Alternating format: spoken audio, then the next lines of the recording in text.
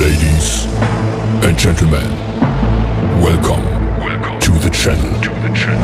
Please subscribe with notifications on. ಗಾದೆ ಮಾತುಗಳ ವಿಸ್ತರಣೆ. ತಾಳಿದವನು ಬಾಳಿಯನು. ಗಾದೆ ವೇದಗಳಿಗೆ ಸಮಾನ. ಗಾದೆ ಹಿರಿಯರ ಮತ್ತು ಜನಪದ ಜೀವನದ ಅನುಭವದ ನುಡಿಮುತ್ತುಗಳು.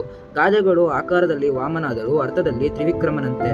ತಾಳಿದವನು ಬಾಳಿಯನು ಎಂಬ ಈ ಮೇಲಿನ ಗಾದೆಯು ಪ್ರಸಿದ್ಧವಾಗಿದೆ. ತಾಳ್ಮೆಗಿಂತ ಬೇರೊಂದು ತಪಸ್ಸು ಇಲ್ಲ. ತಾಳ್ಮೆಯೇ ನಿಜವಾದ ತಪಸ್ಸು. ತಳ್ಳನಿಸಿದರು ಕಂಡ್ಯ ತಾಳು ಮನವೇ ಎಂದಿದ್ದಾರೆ ಕನಕದಾಸರು.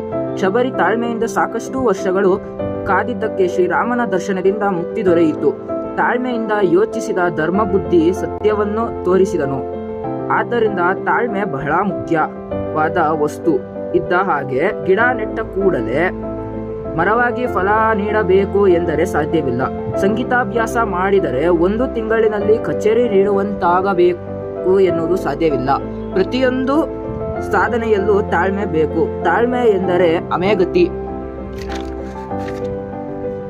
ಆಮೆಗತಿಯಲ್ಲಿ ಸಾಗುವುದು ಎಂದರ್ಥವಲ್ಲ.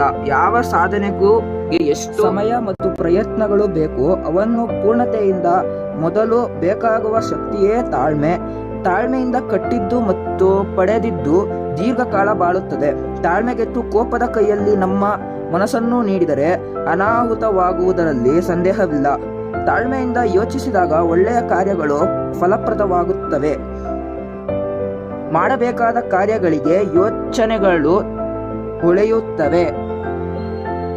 ಆದ್ದರಿಂದ ತಾಳ್ಮೆ ಪ್ರತಿಯೊಬ್ಬರಲ್ಲಿ ಇರಬೇಕಾದ ಅತಿಮೂಲ್ಯವಾದ ಸಂಪತ್ತು ಎಂದೇ ಭಾವಿಸಿಕೊಂಡು ತಾಳ್ಮೆಯಿಂದ ಬಾಳಬೇಕು ಎಂದು ಹೇಳಬಹುದು. ವಂದನೆಗಳು.